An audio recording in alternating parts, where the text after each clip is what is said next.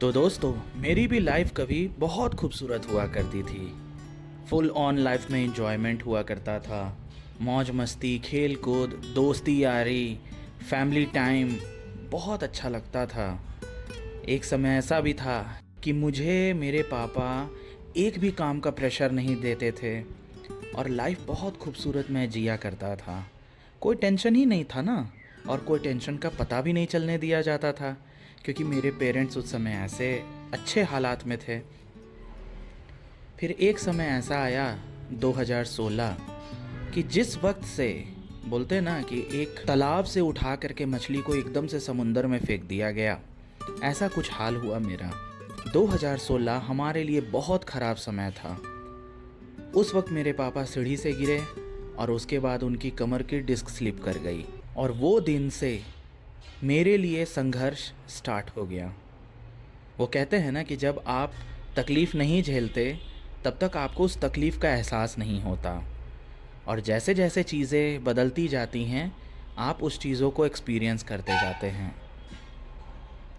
वही हाल उस वक्त से मेरे साथ स्टार्ट हो गया। काफ़ी अच्छे गवर्नमेंट जॉब्स, क्रैक किए जॉब्स छूट गए, क्योंकि उस वक्त पापा का कंडीशन बिल्कुल ठीक नहीं था। उनका हेल्थ कंडीशन, ऑन बेड, करवट भी हमें ही दिलाना पड़ता था, इस तरह का हाल हो गया था। जिसके वजह से एक समय मैंने उम्मीद खो दिया था कि कभी मेरे पापा खड़े भी हो सकते। लेकिन कहते हैं ना, भगवान के घर देर है अंधेर नहीं। तो किसी अच्छे डॉक्टर के बारे में पता चला। फिर उनके ट्रीटमेंट के बाद पापा का हालात काफ़ी सुधरता गया। लेकिन वो पहले वाली बात नहीं रह गई कि पापा हमेशा हर कुछ खुद से किया करते थे। अब हो गए अधीन, और अधीन वाला ज़िंदगी बहुत तकलीफ़देह होता है दोस्तों। खुद के हाथ में चीज़ होता है ना तो आज़ादी होती है, लेकिन बच्चे हों या किसी और के हाथ में अगर चीज़ चला जाता है तो बहुत मुश्किलें आने लगती हैं, क्योंकि वो फ्रीडम ख़त्म हो जाता है। ठीक वही हाल हो गया मेरे पापा के साथ, और उस दिन से मेरा असली स्ट्रगल स्टार्ट हो गया। जहाँ पर मैं कभी एक नमक का पैकेट भी नहीं लाता था, उस दिन से मुझे हर चीज़ का कारभार संभालने की नौबत आ गई। बहुत तकलीफ़ें झेला हम लोगों ने, लेकिन मम्मी हमेशा एक ही चीज़ कहती थी और आज भी वही चीज़ कहती है, भगवान पे भरोसा रखो, सब अच्छा होगा। और वाकई सब अच्छा हुआ भी है। बट हाँ, एक चीज़ के लिए शिकायत मुझे आज भी भगवान से है।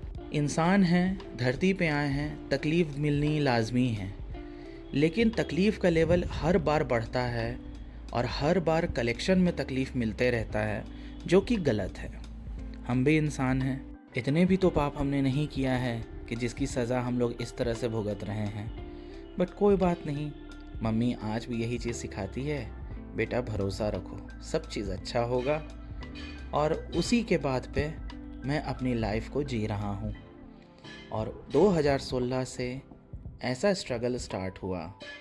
खुशियाँ आती थीं, लेकिन साथ में 4 परेशानी पीछे से ऐड ऑन रहते थे, कि खुशी को एंजॉय नहीं कर सकते थे, कि एकदम से प्रॉब्लम्स की लाइन लगी रहती थी। बट कहते हैं ना, हम इंसान हैं, धरती पे आए हैं, तो हर चीज़ को हमें सामना करना है। तो बस वही चीज़ आज भी कर रहे हैं। और देखते देखते मेरा जो आज़ादी था, देखते देखते मेरा जो खूबसूरत सा ज़िंदगी था, वो एकदम से संघर्ष में बदल गया। ये काम, वो काम, ये देखो, वो देखो, उसी बीच अपना करियर भी बनाना है, उसी बीच घर भी देखना है, माँ बाप को भी देखना है, सब कुछ देखना है। बीच में तकलीफ़ बहुत हुई कि मेरे दोस्त लोग को नौकरी मिलती गई और मैं गवर्नमेंट का जॉब क्रैक कर कर के छोड़ता गया, क्योंकि अपने पापा को भी देखना था। और जिस समय माता पिता को बच्चे की ज़रूरत है और उस वक्त उनका बच्चा उनके सामने प्रेजेंट ना हो, ये बहुत तकलीफ़देह बात होती है। तो इस वजह से चीज़ों को मैं ड्रॉप करता गया, इस उम्मीद में कि आगे अच्छा होगा, आगे इससे भी अच्छा होगा। खैर, ज़िंदगी है, ये सारी चीज़ें चलती रहेंगी। आज मैं लोगों को देखता हूँ, बच्चों को देखता हूँ ना, तो मुझे अपने दिन याद आ जाते हैं कि मैं भी कितना खुश हुआ करता था। मुझे प्रॉब्लम्स का एहसास भी नहीं होता था, क्योंकि मेरे माता पिता ने कभी वो एहसास होने ही नहीं दिया। लेकिन कहते हैं ना, जब समय बलवान होता है तो सब कुछ सिखा जाता है। तो बस उसी सीख पे हम चल रहे हैं। फ़िलहाल इधर कैंडी को हम खिला रहे हैं क्योंकि काफ़ी दिनों से बच्चे को अटेंशन नहीं मिल रहा है, जिसकी वजह से थोड़ा टेंशन में चल रही है। आखिर मेरे घर का बच्चा है, एक जान है, तो इसको भी तो हर सुख सुविधा मिलने का पूरा हक है। चल ये नाक पे पटका गया। यही खेल खोजती है।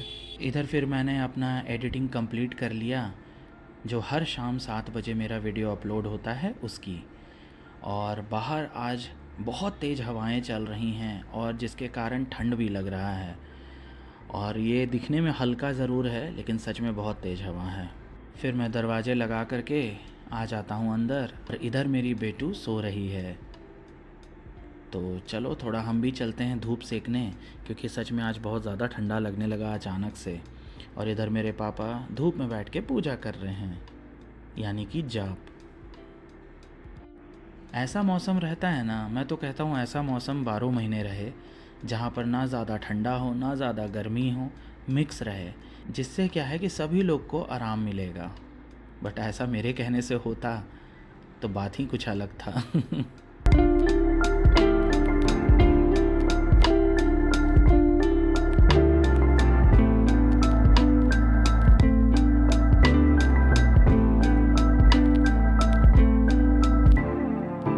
बड़े दिनों बाद हमारा मोस्ट फेवरेट नाश्ता हमें मिलता है, जहाँ पर आलू बैंगन टमाटर की सब्ज़ी और ये चावल का छिलका है और साथ में पुआ।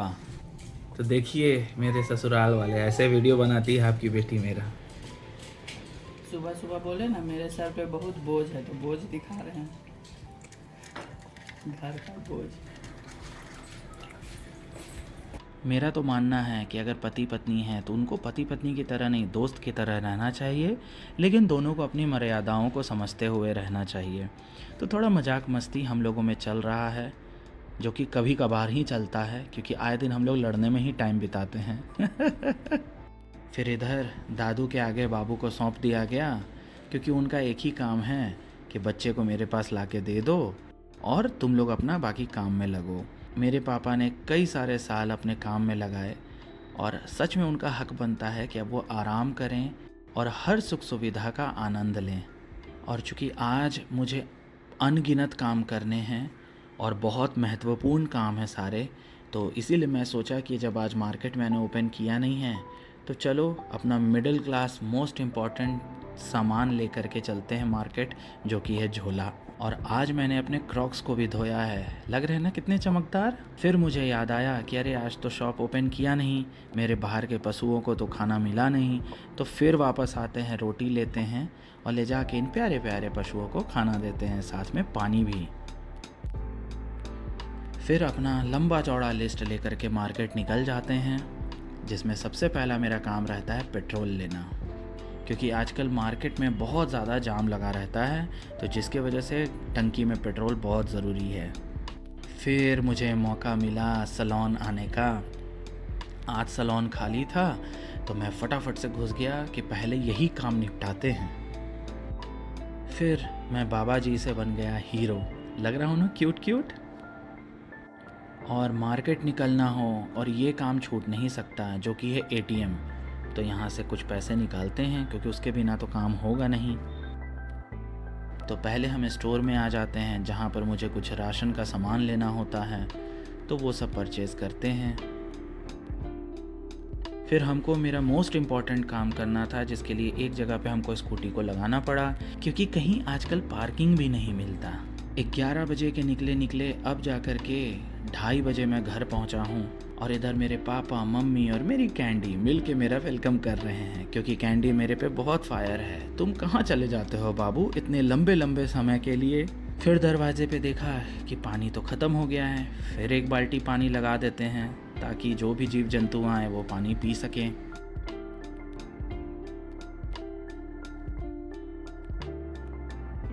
फिर घर आने के बाद मस्त मैंने नहा लिया, क्योंकि शेविंग करा के आया था, बाल काट रहे थे, तो इसीलिए।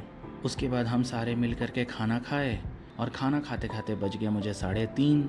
और इधर पापा खाना खा के सोने चले गए, साथ में कैंडी भी खाना खा के अपना पानी पी रही है। बट आज हमें सोना नहीं है, क्योंकि आज जब शॉप बढ़ाए हैं तो आज बहुत ज़रूरी काम को निपटाना बहुत ज़रूरी है। तो अब हम जा रहे हैं अपनी वाइफ को लेके डॉक्टर से दिखाने। और कड़कड़ाती हुई धूप लग रही है जो बिल्कुल आंखों में चुभ रही है,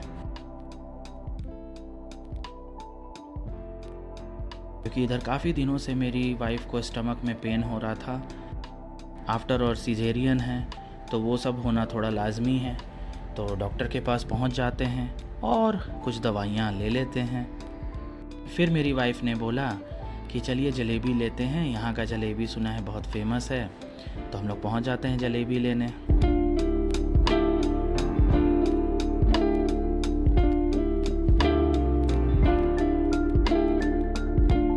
और जलेबी लेने के बाद हम दोनों प्यारे प्यारे पति पत्नी लड़ते झगड़ते घर पहुंच जाते हैं।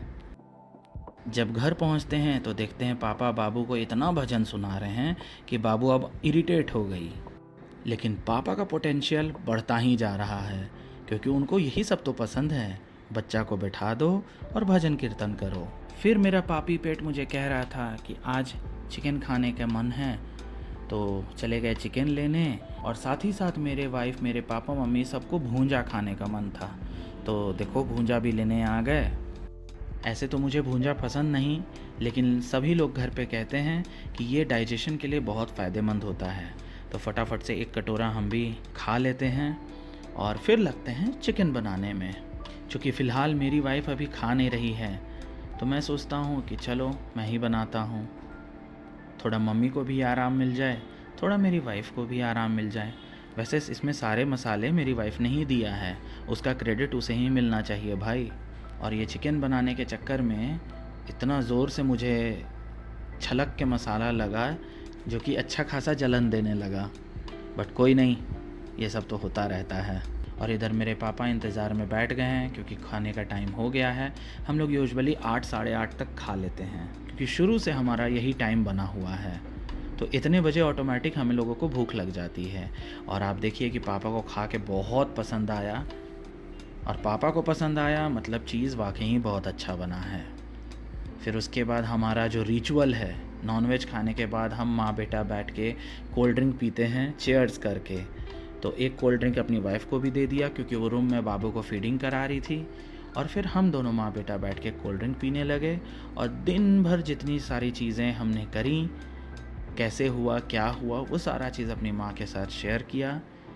ट्रस्ट मी, माँ बाप के साथ शेयर करने में ना दिल को बहुत सुकून मिलता है। और इधर पापा सो गए, बाकी हम लोग दोनों का गपशप कंटिन्यूएशन में है। सारा काम कंप्लीट करने के बाद मेरी माँ का ड्यूटी होता है लास्ट में स्पेशली बाबू को जाके मिलना, क्योंकि उसको लगता है कि उससे मिले नहीं तो बहुत कुछ अधूरा है। तो चलो दोस्तों, आज का रहा ऐसा दिन कुछ मेरा